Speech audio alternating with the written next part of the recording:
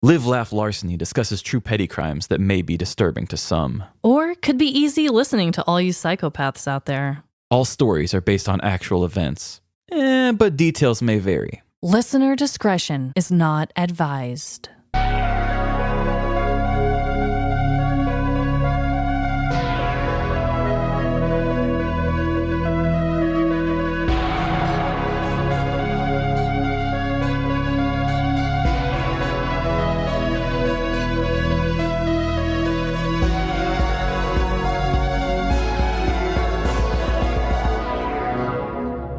Live, Laugh. Larceny. Welcome to Live, Laugh, Larceny, the TikTok video that leaves you a stranger to the world. This is Trevin. And I'm Amanda. And Trevin, Yes. what is your dreadful dilemma this week? You know, we've talked about marketing in different points in this show, Yeah. and I had the most genius marketing plan, but my dilemma is the fact that it might be unethical and it might be hard to organize. Okay, do tell. Maybe we can help.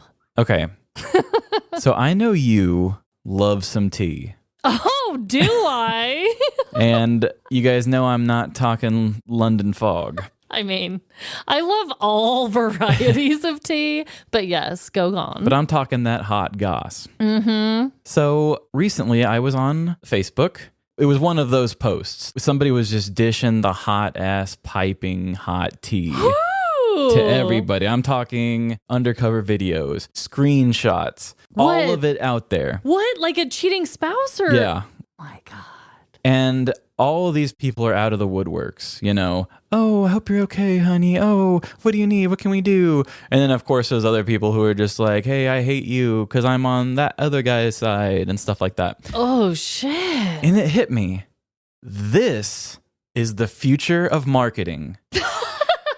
There is no place that gets more eyes than when somebody spills a piping hot serving of tea. That's really, really, really true. So I'm saying, if any of you out there are about to just drop the H-bomb of tea, reach out to me. I might get some ad space. You could have the screenshots and it's just like, oh, honey, I can't believe that you cheated on me with the whole Pilates class. But if you're looking for a comedy podcast, Live, Laugh, Larceny is the top choice. That's actually brilliant. I am so on board. If any of our listeners are about to drop a big old bomb on Facebook, yes, please, we'll give you a couple links that you can add at the bottom of your post and we will pay. That would be some funny shit. And if you're in the process of a fight with your partner, if you just go on ahead and plug our show in the middle of your fight for later, like in the screenshot. Yeah, for later in the screenshots, that is what we in the business call a baked in advertisement, and I will pay double for that, and we might multiply it if it goes viral. It's like, I'm taking the dog.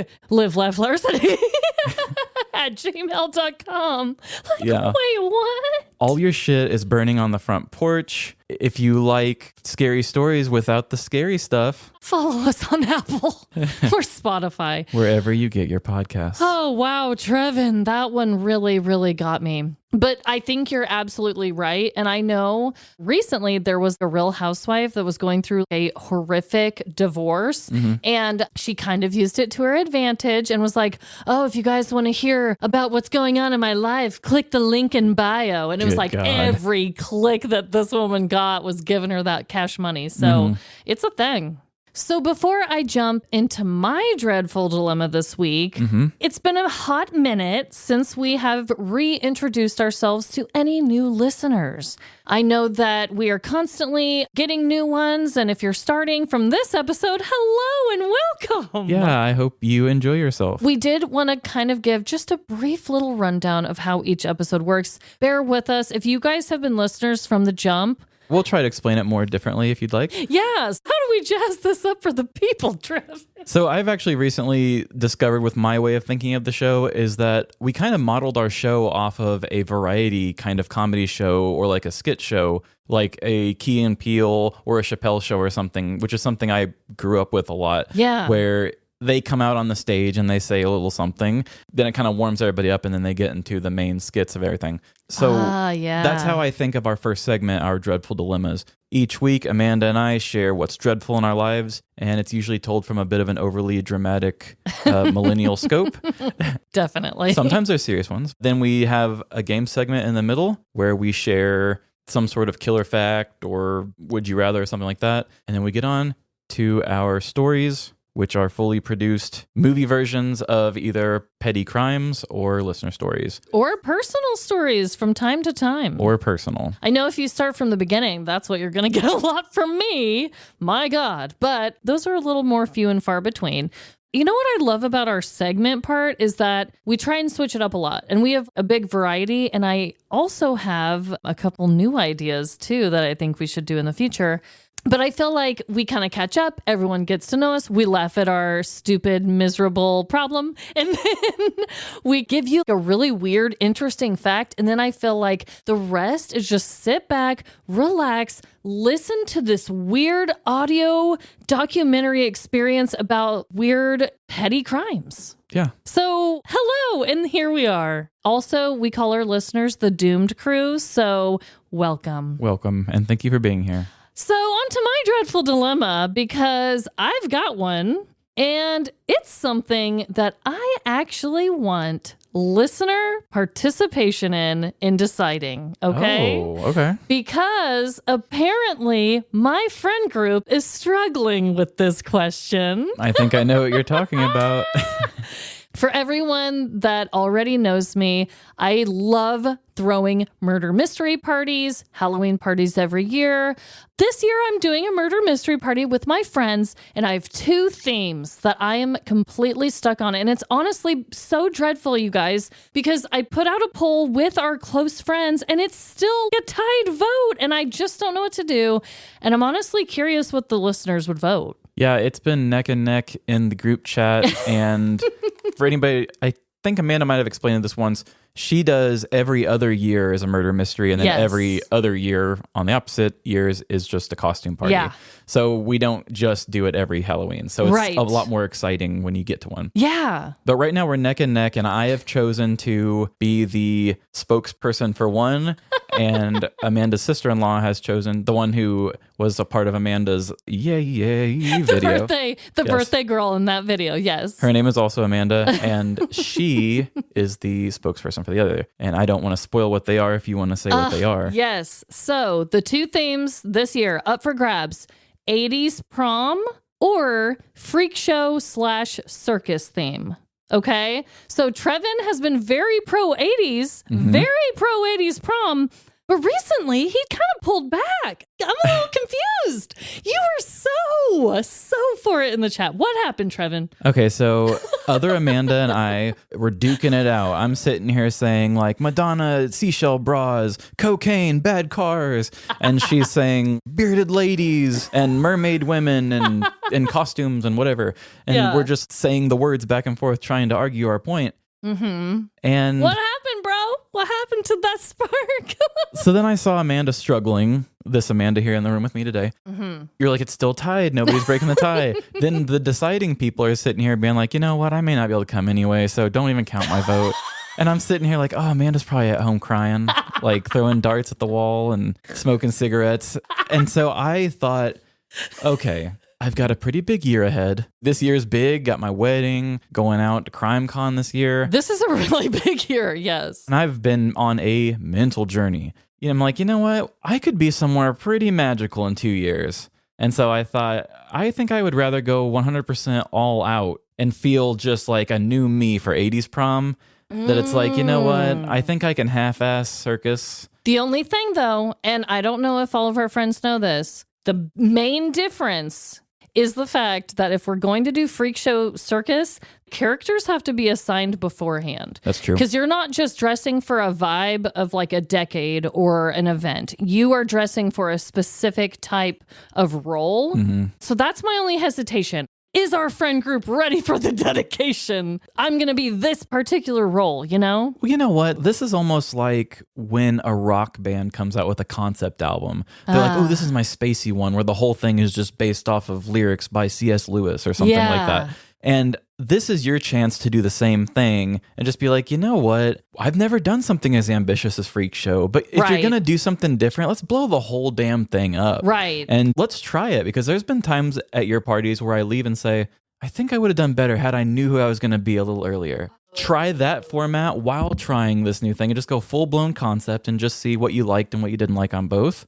And if it's just a theme problem, then you tried with the cool idea. That's very true. That's very true. And my sister-in-law pointed out, I already have a disco theme. Don't get me wrong. I think 80s and disco totally different, but I do have 20s. I do have disco. And then I would have another decade where if I did this one first, it is more variety. So I get that. And Emily's argument for it was, when you decide to package this and sell this, she said, there would be so many people who would just want to do like wine nights and go all out with silly costumes like for Creep Show. That's true. And Emily seemed to think that sounded very enticing. That's true. Because I'm working on my Bachelorette one right now, but this would be another good girls one. That's a good idea.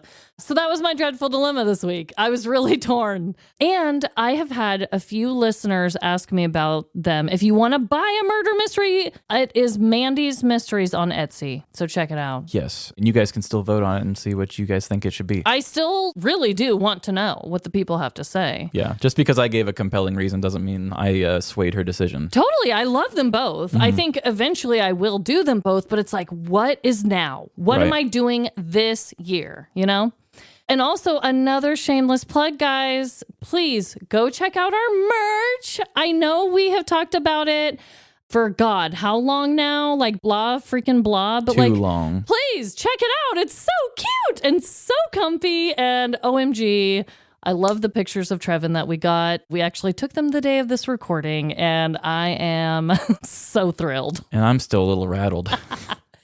So, Trevin, should we jump on in to our 2 truths and a lie? We shall. I've got 3 wires. Which one do I cut? I'll give you 2 truths and a lie. But wait, we don't have time for this. So, remember when I just gave a description about what our segments are usually like? Yes. I'm switching that up, okay? I'm switching it up just a tiny bit. Usually the segments are more fact-based, but I'm going to switch this one up slightly this week, okay? 2 lies and a truth. Nope. I'm going to do 2 truths and a lie, but it's going to be personal petty crime past version. Okay, so hold on with me. Maybe we need a new name for it. It's all good. But listen up. I'm going to give you 3 criminal acts. 2 of them are true that I've done, and 1 is a lie. And I want you to guess. Okay. Are you ready, Trevin? I've edited a lot of your stories, so I know your crimes. I know, but these are not anything that I have talked about that I remember. Maybe I have. There's one that I'm thinking I could have maybe said in passing, but has nothing to do with any of the stories I've ever told, okay? Okay. Crime number 1, called a police officer a pussy. Crime number 2, I have a somewhat attractive mugshot. And crime number 3, I publicly urinated in a McDonald's bush. Right in the bush. You seem like a public urinator to me. Okay, so you think that one's true? Which one's the lie, Trevin? I'm going to say you don't have a somewhat attractive... You got it. I don't have a mugshot. Honestly, it's probably a good thing that that's a lie. But if I ever did have a mugshot, I would want it to at least be somewhat attractive. Yeah. You know, I wouldn't want it to be like a lazy eye situation. Or you're blinking or puking in the middle of it or something. Or there's pepper in my teeth, you know? Ugh. I guess I maybe wouldn't be smiling. I don't know what I would do in that situation. I usually don't attempt crimes after eating steak, so I don't think you have to worry about the teeth thing. Well, I just wanted to switch it up a little bit just because, kind of like I was saying, we haven't done like a lot of personal stories. And I know I've kind of told a little funny thing here or there. And I was like, I kind of just want to switch it up and not do a fact thing. Yeah, that's a fine thing. Yeah. Calling a cop a pussy totally sounds like you. Yes. Even though you don't like the word, famously, from that one story. I do not like the word, okay? I was just very upset that I was being accused of a crime when there were real people out there committing them. You poor thing. But yes, I did do that. And, when the McDonald's inside part is closed and you really gotta go, you gotta do it. Yeah. There's something about your face that just says, public urinator. I piss in public. Tell us in the comments if you agree. No, seriously. I need to make merch. I piss in public. I'll wear it. That's actually fine. a fun idea. I don't want it to say I shit in public because that's a fear, but I'll do the pee. Well, I've got one for you, and I'm not breaking or bending any rules. I know. I'm sorry. It's okay. I really am sorry, guys. I was on a level. I really need to tone it down. And because of my new obsession with what I started last week's episode with, okay, I want to do 2 truths and a lie about my new pal, Barbie. Oh, yes. So statement number 1, Barbie's yellow lab, Tiffany, was discontinued after the creator's dog tragically died. Statement number 2, Barbie was originally modeled off of a pornographic doll. Or statement number 3, one clothing set came with a diet book accessory called Don't Eat. Oh my God. Don't eat. I think you're trying to mess with me, Trevin. I'm going to go with C is the lie. You're going to go with C is the lie. And you are incorrect. Damn it! Which one? The lie is about the yellow lab, Tiffany. I was going to say that one. So, coming to you from Newsweek.com, they had a great little thing about Barbie. Before she won the heart of little girls across the nation, Barbie was modeled off of a German novelty doll in 1952 called Build Lily. That's BILD space LILLI. For any of you that need this doll in your life. Yeah. Build Lily was, quote, a high-class call girl from the comic strip called Bild Zeitung. It's a German word. Okay. Lily's likeness was found in bars and tobacco shops rather than toy stores. So when Ruth Handler, the inventor of Barbie, took a vacation to Switzerland, she actually saw this Build Lily in the window and said, this is the thing. She was also made with kind of bigger proportions to have a bigger bust and be like a cartoony, very sexist version of a woman. Mm-hmm. And that was kind of the whole joke in Germany. So then she took the idea, basically almost exactly, just toned down some of her features and just made her. Wow. And the guy who created it threatened to sue Mattel and was like, hey, you totally stole my idea. But it turned out that he had actually sold the copyrights in some earlier case or something. Oh, no. So he embarrassed himself a little bit and lost. Also, yes, it is true. She did have a Slumber Party Barbie set in 1965. Came with a scale. No. That's permanently set to 110 pounds. No. And a diet book that says don't eat on the front of it. That is infuriating. Are you kidding me? No. I was hoping that was the lie. But the pessimist in me was kind of thinking that's the one. I just really thought you were tricking me. Oh, God. Yeah. I hate that so much. She debuted in 1959. Wow. So, I mean, it makes sense. How the times have changed. I mean, my daughter now, she's playing with Barbies and dolls that are all shapes, sizes. I mean, shoot. She even has one doll that's a Monster High Barbie doll. It's not even human anymore. Like, they're that diverse. Wow, it's a pothead Barbie. It just got Monster High. Oh my God. I can't. That's so bad. It's sad. But I could see it, unfortunately. Yeah, I mean, it's not at all surprising. Oh, man. Well, I think we need to switch things up a bit and bring the attitude back up after that really gnarly Barbie fact. So how about we check out some ads? Yeah, you want to buy something? This episode is sponsored by BetterHelp.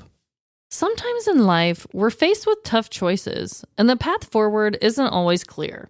I know I personally felt this way right after I had my kids, and I was deciding whether or not I should be going back to work or what I should be doing. Lately in therapy, for me, I've been working on being present within my body and my physicalness. Sometimes I get a little too caught up in my own head, and I don't pay attention to the things or sensations that my body is going through. And therapy has really helped me be a lot more present with myself and enjoy life more.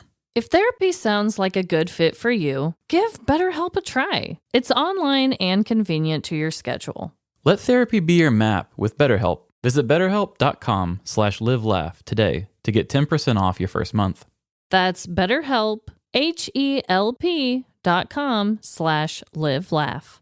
Bye. See ya. And we're back. So, Trevin, I'm going to be telling my story first this week. And this is a story from the news. What is interesting about this one is I've had this concept in my mind for a few months now. I mean, it's been brewing, and I needed to find a crime that specifically fit what I needed. And luckily for us all, I found it. Ooh, I'm ready for that. I love when you have a conceptual one that you hold on for a while. Yes, I needed to do this. It was something that gripping to me. So here we go. When you are processing a weighty life decision, what voice do you turn to for advice? Is it your conscience, a higher power, or your always reliable and robotic Alexa system? You should dump his sorry ass, girlfriend. Regardless of where your wise voice comes from, we all have some sort of inner dialogue before making big choices. I know I sure do. Before making moderate Amazon purchases or ordering out food for the third time that week. But what happens when instead of a single voice guiding you towards the path of righteousness, go forth, my child, you had a competing voice, a diabolical voice, urging you towards a treacherous trail of pettiness? Colin was a seemingly lovely woman in her early 60s and going strong. She kept herself busy as she had recently taken a position as an administrative assistant at Arlington Free Methodist Church in Washington State. Colin was organized, prompt, and always brought in fresh-baked goods to the church congregation. Let there be muffins. But beyond her neat appearance and scent of brown sugar, there was something off about Colin. To her, this ominous feeling about her character was no mystery. She knew the demons she carried and the daily struggle she felt within. Colin experienced an inner battle of morality and dignity on a regular basis. This was because she had not one inner voice, but two. Projecting loudly from either side of her head, Colin had an angel on one shoulder and a devil on the other. These drastically different voices echoed and argued in Colin's mind over a variety of life's conflicts. Eating lunch at her favorite local cafe was a common spot for these noisy moments, due to the fact that she went there often for the delicious croissants and left feeling personally offended by the condescending waitstaff. I'm surprised you didn't eat the whole plate, you little piggy. When it came time to pay her bill, the angel and devil rivals popped up immediately. I just love the smell of those buttery croissants in the morning. Pay these people whatever they ask, the angel would exclaim, while the devil interrupted. Ha! The only thing these punk servers deserve is a $0 tip, 1-star review, and 2 backhands to the face. Colin often found herself with whiplash, trying to acknowledge both sides of the argument, and usually ended up doing an awkward medium response. For example, leaving a decent tip and a bad review, only to repeatedly show up to the same cafe each morning. Why do you keep coming here? Unfortunately, this conflicting inner discussion also occurred at her job in the Methodist Church. Although Colin wanted to make good choices, the multiple strong opinions battling from each shoulder were overpowering her judgment. As the administrative assistant, she had access to bookkeeping documents, such as donation totals, church utility bills, and the church's checkbook. At the beginning of every month, Colin found herself holding the checkbook as her angel and devil appeared. Money, money, money. the devil squealed in one of her ears. Now, we've gone over this before, the angel calmly relayed. Think about the cost of snacks for vacation Bible school, or the expensive GPS tracker used to protect baby Jesus in the nativity scene each Christmas. The angel made valid points, but the devil never went away without a fight. Less talking, more shopping. Come on, we deserve this, the ornery voice shouted in defense. This would lead Colin to scribble out a check for $2,000, signing it with her pastor's forged signature. This battle went on for years, 3 long and deceitful years to be exact. The pattern remained the same, starting with the angel pleading with Colin to be good, yet always ending with a victorious and slightly richer devil. Over time, however, the finance chairman of the church had grown suspicious. He had noticed some strange irregularities with the church checkbook, and all signs led back to Colin. The chairman then alerted the pastor, who then called an emergency meeting with all the church elders. After explaining his theories of the theft to the group, the church halls were filled with noisy outrage. I always wondered about that woman. I never thought she actually swallowed her communion bread, shrilled one elder. This is like Judas, all over again, boomed another. But before any action could be taken by the angry elders, the pastor received a call from the local PD. From January 2005 until February 2008, 62-year-old Washington woman Colin Oakson wrote 80 checks to herself from the Arlington Free Methodist Church where she worked.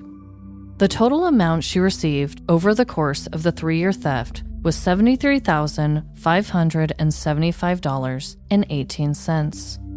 When speaking to the detectives, Colin explained that she used the money to cover household expenses because she couldn't stand the thought of losing her home.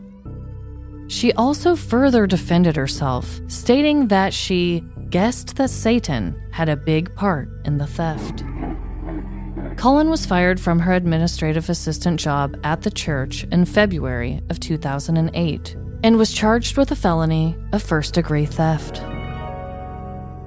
The next time you're faced with a weighty life decision, I urge you to listen to your angelic voice of reason, because the devilish temptations are simply not worth the eternal pettiness that follows.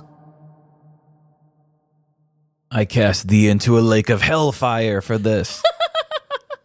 I mean, they probably wanted to. Wow, how unchristian. $73,000. That is a lot of money. And I'm not a mathematician, but I did some math. And that would be like she was stealing $2,000 a month consistently for 3 years straight. I wouldn't even work if I could make $2,000 a month. I know. I mean, I don't know what rent is up in that neck of the woods, but come on, Colin. You said it was like 80 checks, 82 checks or something? 80 checks. How does that many checks even get written and not get caught earlier? So usually I save, a lot of the facts for the wrap up at the end now is kind of how we do. But everything that I said, other than the fact that she literally had a devil and angel and anything about her personality, every other thing was exactly how it happened, according to the reports. So apparently the financial guy caught on to her. He called the pastor. They had this elders meeting.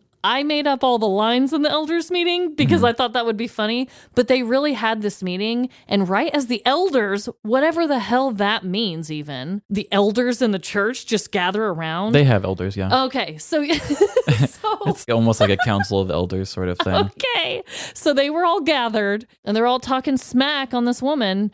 And I mean, I don't know if the call came in during the meeting like I wrote it, but they stopped their findings because the police had already been notified somehow or found out about it, and they were already working on a case. Oh, wow. Wonder who tipped them off. I know. I couldn't find that information anywhere. Actually, a lot of the articles didn't even say her name, and I originally thought that it was a typo in one of the articles because Colleen is a typical woman's name. I've never seen it spelled like this, Collen.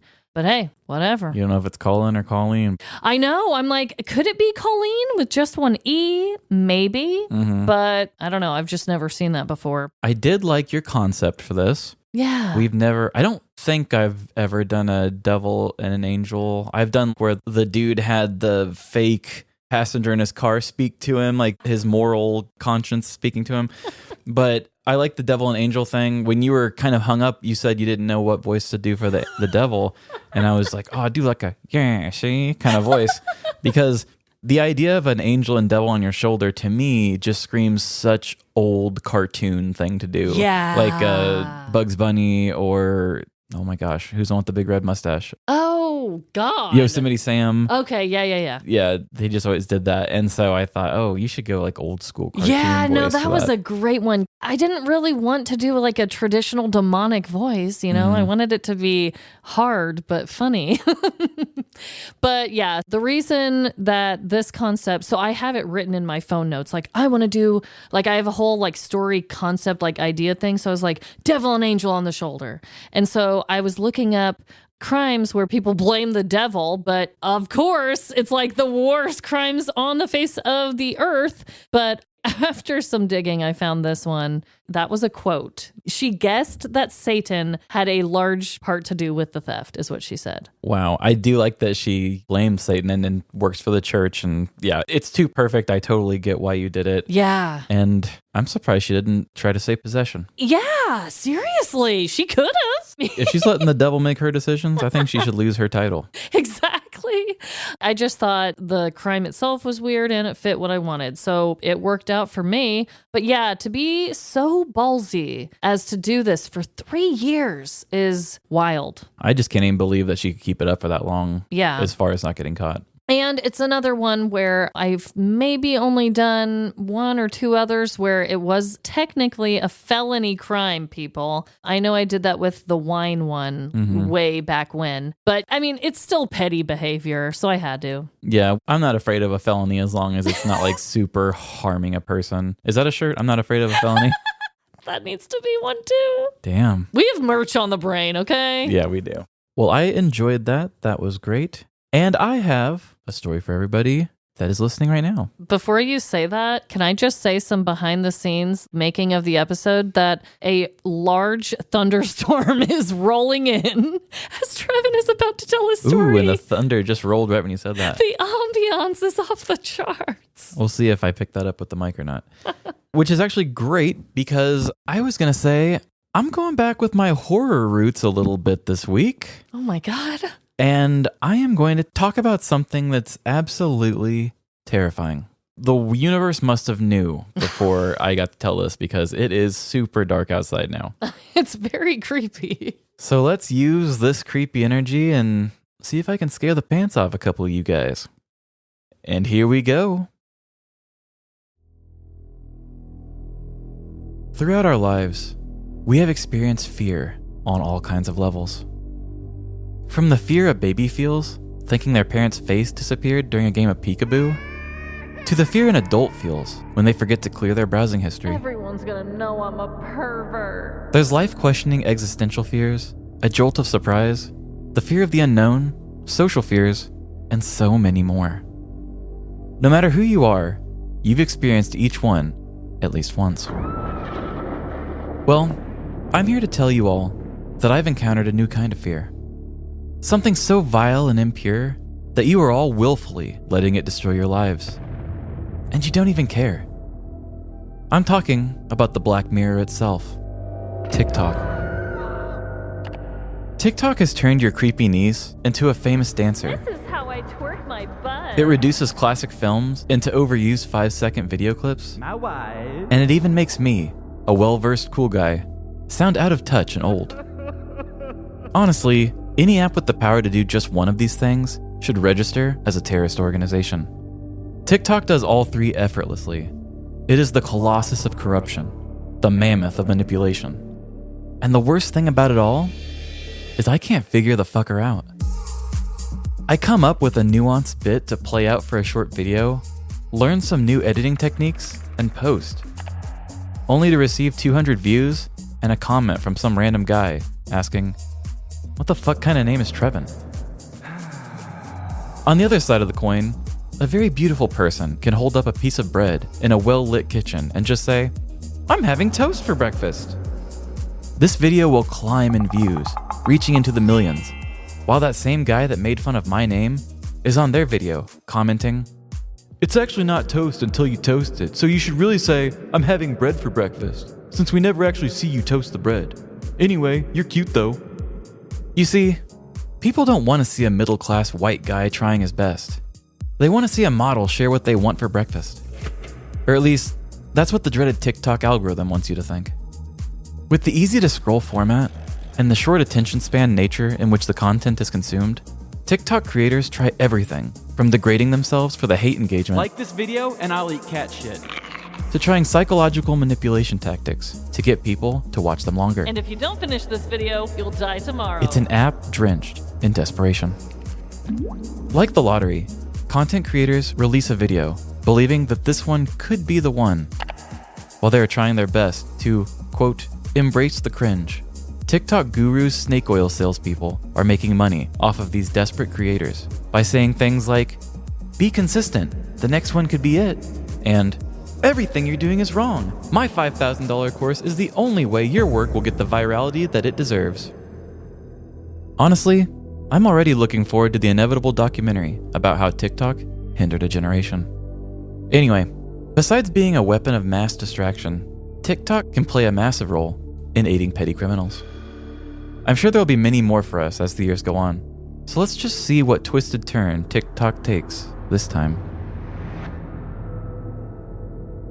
12-year-old Tim Shits was the news station's perfect example of everything that's wrong with the youth today. He watched Twitch streams of reaction videos to Twitch I streams. love the way he watches stuff. He was constantly recording himself talking, I'm a very deep thinker. and he said things like "dead ass" and "no cap."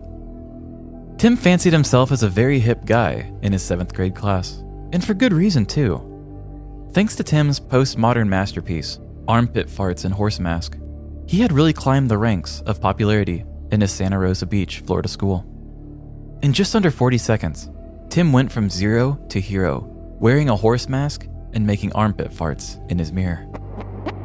With each poof of air that mimicked a butt muffin, Tim felt himself transforming from Chuggy Lord to Lean King. All of the other 7th graders wanted to duet with his videos, and his reactions became trending sounds within the school's walls. Shoutouts and tags were his currency, and all of the other tryhards were just begging for a tiny bit of what Tim had. But I guess that was a little bit ago. Unfortunately for Tim, TikTok giveth and TikTok taketh away. The attention span of the app does not yield continuous returns on content unless you're consistently creating and using the app. After taking a week off for his mental health, Tim had come back to the platform with less engagement and less views. The Armpit Farts video had stopped circulating, and his latest video, prank calling my sister in horse mask, completely bombed. Tim overlooked how the mask didn't actually enhance the prank. Although there was joy that came along with it, Tim had found himself directly in the middle of content creator hustle culture.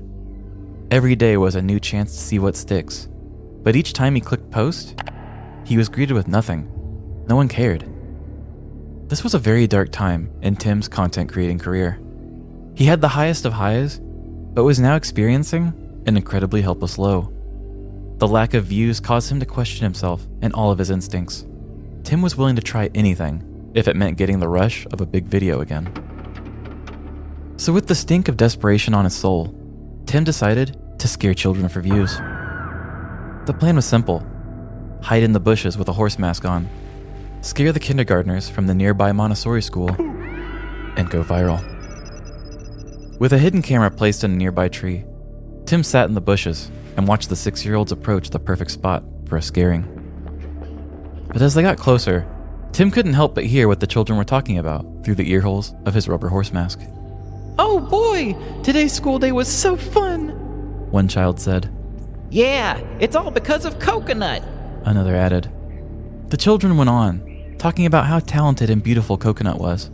I'd never stop watching Coconut if I had access to him, the first child also said. In that moment, Tim changed his mindset from the low-hanging fruit of prank videos to something much more diabolical, exploiting someone else for his own gain. He quickly threw off the horse mask and approached the children. "Excuse me, young children," Tim yelled to the kids. "I couldn't help but overhear what you were talking about. Who is this magical coconut that you speak of?" One of the kindergartners stopped on the sidewalk, turned to Tim, and transported them both into a montage of exposition. "Since the dawn of about 8 years ago, Coconut has been on this earth, spreading love and joy to all children that attend Mrs. Graham's 5-year-old class. Coconut is kind. Coconut is pure.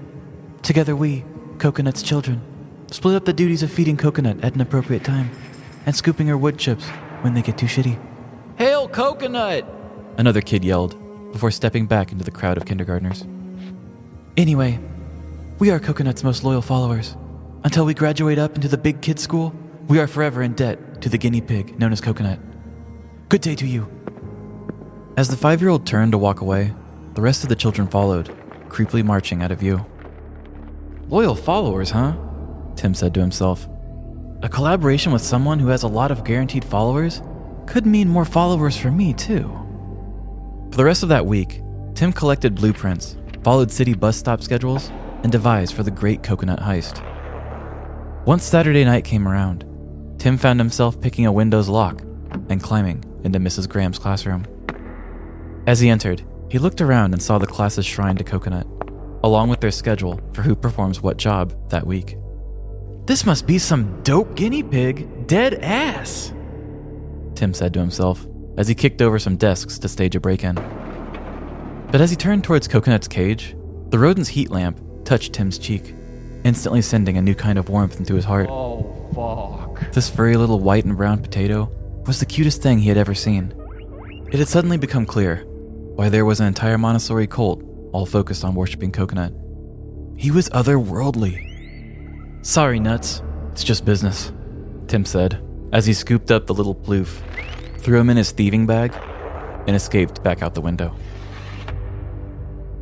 The next morning, Mrs. Graham came in to see the ransacked room and the missing Coconut. She lost her metaphorical shit as she called for the head of the school. "Listen, these kids are 5 years old," the head of the school said. "It should be a requirement to lose a pet before you graduate into the 1st grade. I think our little adults are more than capable of handling the loss of some silly class pet." Mrs. Graham accepted the expertise of her head of school as she approached her class. Excuse me, class? Your mascot for joy and symbol of hope, Coconut the guinea pig, has been stolen.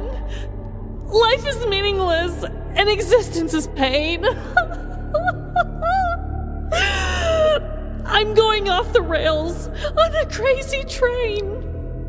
The class disintegrated into a scene of unhinged kindergarten madness as the head of school exited the room, leaving Mrs. Graham behind. Quickly walking down the hall, she pulled out her phone and called her secretary. "Susan, I need you to make a sad Facebook post about Coconut being stolen and call up all the internet sleuth PTA true crime moms. We need professionals on the case.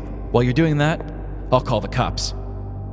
In no time, the Treehouse Episcopal Church Montessori School was flipped upside down. Police were collecting urine samples of nearby animals. Wine moms were interrogating any child who looked suspicious. And the Montessori students, known as Coconut's children, held a candlelit vigil on the school's front step. Come back, Coconut! While everyone was on high alert, one internet sleuth did the very brave and bold act of logging onto TikTok. Searching for guinea pigs nearby, the sleuth found one recently posted video. "Huh, holding a guinea pig in a horse mask, huh?" the sleuth's husband said, stopping by and reading her computer screen. "Are you familiar with his work?" the sleuth asked her husband. The husband took a sip of his coffee and looked out the window, overlooking his sprawling meadows. "To understand the work of Tim Shits is to understand the cycle of life altogether. Armpit farts and horse mask was his tour de force, but scholars would argue that he peaked too early. reaching a level of fame incomprehensible to his 12-year-old brain. He was unable to keep up with the grind that it takes to be a serious TikTok content creator. The algorithm punched his ticket to Fame Town, and he blew it by being a one-note performer. Now he just desperately tries the same thing, while disappearing into obscurity. So am I familiar with his work? That's like asking me if small dogs need to have their anal glands expressed. And I would give both questions the same answer. Yes, every 3 to 4 weeks. I can't go 3 to 4 weeks without thinking about the folly that is Tim Shit's unforgettable TikTok career. Just like you shouldn't go more than 3 to 4 weeks without manually expressing a dog's anal sacs. Just a little creeped out, the sleuth turned away from her husband and forwarded the TikTok to other leaders and family members of the town. In March of 2021, kindergarten classroom pet, Coconut the guinea pig, was pignapped from his cage at the Treehouse Episcopal Church Montessori School. According to sheriff's reports and school staff, the classroom had been ransacked and staged to look like a burglary. However, the only items stolen were Coconut, his bed, and his food bowl. The Montessori school made a post on their Facebook asking for any tips people may have on his whereabouts. This post caused family members and staff of the school to turn to social media, where they found a local 12-year-old boy posting videos of himself with Coconut. The school was able to obtain the boy's identity before reaching out to the police. Together, the school and sheriff's office went to the boy's home, where Coconut was found safe. At the time of the article, the sheriff's public information officer stated that the unnamed boy would be charged with burglary. For a juvenile in Florida, being found guilty of a burglary charge could involve restitution, counseling, probation, or possibly even detention. The final verdict was not made public, nor was the kid's identity due to his age. It looks like we got our happy ending after all. I gotta say, when we had horse masks and child guinea pig cults, I really wasn't holding my breath for much positivity. Sure, our juvenile got in trouble, but if he truly isn't a bad kid, I'm sure it'll just be a funny story that he tells as an adult. But I can't say that we didn't dive into a little bit of a heavier subject matter with our ways of getting wrapped up in TikTok culture. Look out! TikTok can be a great way to promote things and show off different aspects of your life. But like any aspect of your lives, if you get too caught up in the measuring of success, you'll never be mentally present enough to see the good side of things. Whatever you make it meaningful and worthwhile to you. That way, if TikTok wants to be a dick and give you 3 views on your masterpiece, you can at least create a second account and watch your own video on it. If you're proud enough of your own work, you'll eventually give it 1 million views. Wow. We have had missing animals. I think that was way back, right? Like on a guest story? Yeah, was it a turtle taken out of a pet Yes. store? I think that was Yes. PNW Hunts and Homicides did that one. But this feels personal. Yeah, I'll share everything that's true. Okay. So the horse mask thing was just me making a joke on how I always see those horse masks on TikToks. Mm-hmm. Obviously, I don't know what the kid posted because his identity was a secret, so I named him Tim Shits. With a Z, I'll let you know. But yes, this Montessori school, the oldest the kids went to, I think, was 5 or 6 years old. This kid was a 12-year-old kid. He did not go to this school. Okay. I don't know if maybe when he was 5, he did go to that school. That I don't know. But for some reason, this kid got word that this magnificent guinea pig Coconut lives at the Montessori school.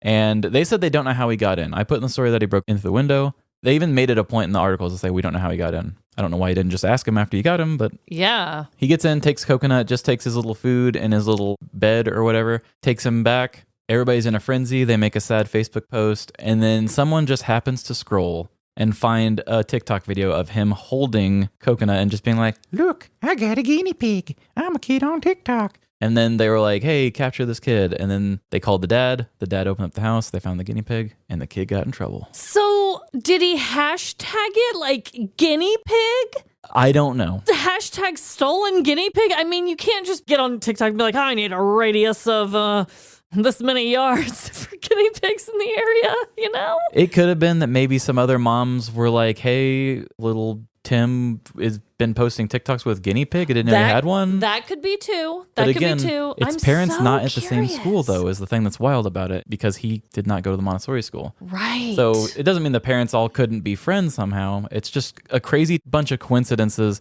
that led to that TikTok being seen. Because I put TikToks out all the time, and I don't think many people see them. So this kid to put out a TikTok and then have somebody who's actually looking for him see it, Right. that's just nutty. I'm sure there's got to be more to the story, of course, like there always is for all of our stories that we don't know about. But I like to think that somehow he's connected to that school, or I don't know, because how specific and weird. And so they never put out what his reasoning for taking the guinea pig was. I just said that was because he was going for a TikTok fame thing, just like exploiting the piggy for the views because he had a cult. This is another thing. I had you read that line. They did make it a point in the articles too, where the head of school had said like, oh, we trust our kids to understand what it's like to lose a pet or something like that. It wasn't as bad as I had said, where it's like you can't graduate kindergarten unless you've lost a pet. But it did seem like this woman was giving these kindergartners a lot of credit. Yeah. To be like, oh, we'll just tell them that their favorite guinea pig's gone and that's life. Yeah. In the articles, they said when the teacher told them, so it sounds like it was the head woman's idea, but the teacher woman had to be the deliverer of the bad news. So that's why I wanted to make a big deal about that too, because it feels like she just kind of led her astray to be like, just tell the kids that they lost their favorite pet. It's no biggie. It's fine. Yeah. If I was the teacher, I mean, I felt that character role. Like everyone is freaking out.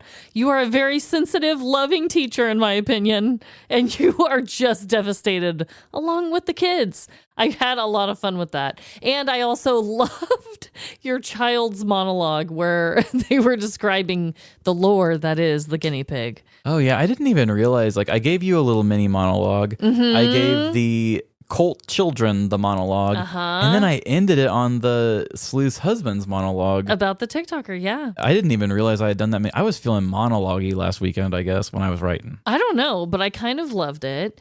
And another thing that both of our crimes had in common, yours was a church school. That's the Mine connection I was was going to say. a church. So what, congregations in crime?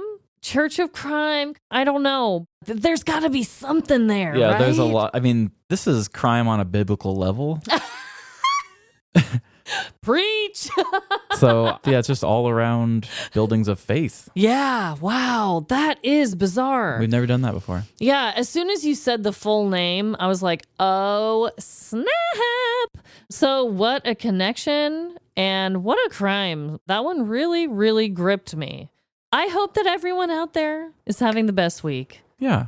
And just remember that no matter the crime, big or small, in the end, we're all doomed. Doomed to express our dog's anal sex every 3 to 4 weeks. Bye. See ya. Thank you for being part of our congregation of crime. Thank you for listening, and please tell a friend about our show. And if you're about to spill that pipe and ass tea, you know where to find us. Live Laugh Larceny on all the socials, TikTok, Facebook, Instagram, and Threads. I'll put an ad out. I'll do it. And if you have ever been a public urinator in a McDonald's bush, send us your petty crime story. livelaughlarceny@gmail.com. And give our show the same rating Coconut's children would quote Coconut's beautiful and divine power. 5 stars across the board. Apple, Spotify, or Good Pods.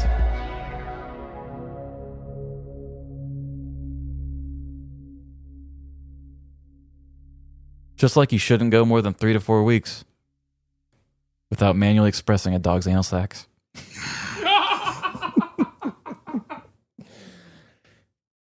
Okay, I'm going to have to say that. No. No, Trevin. You've taken it too far. Yeah.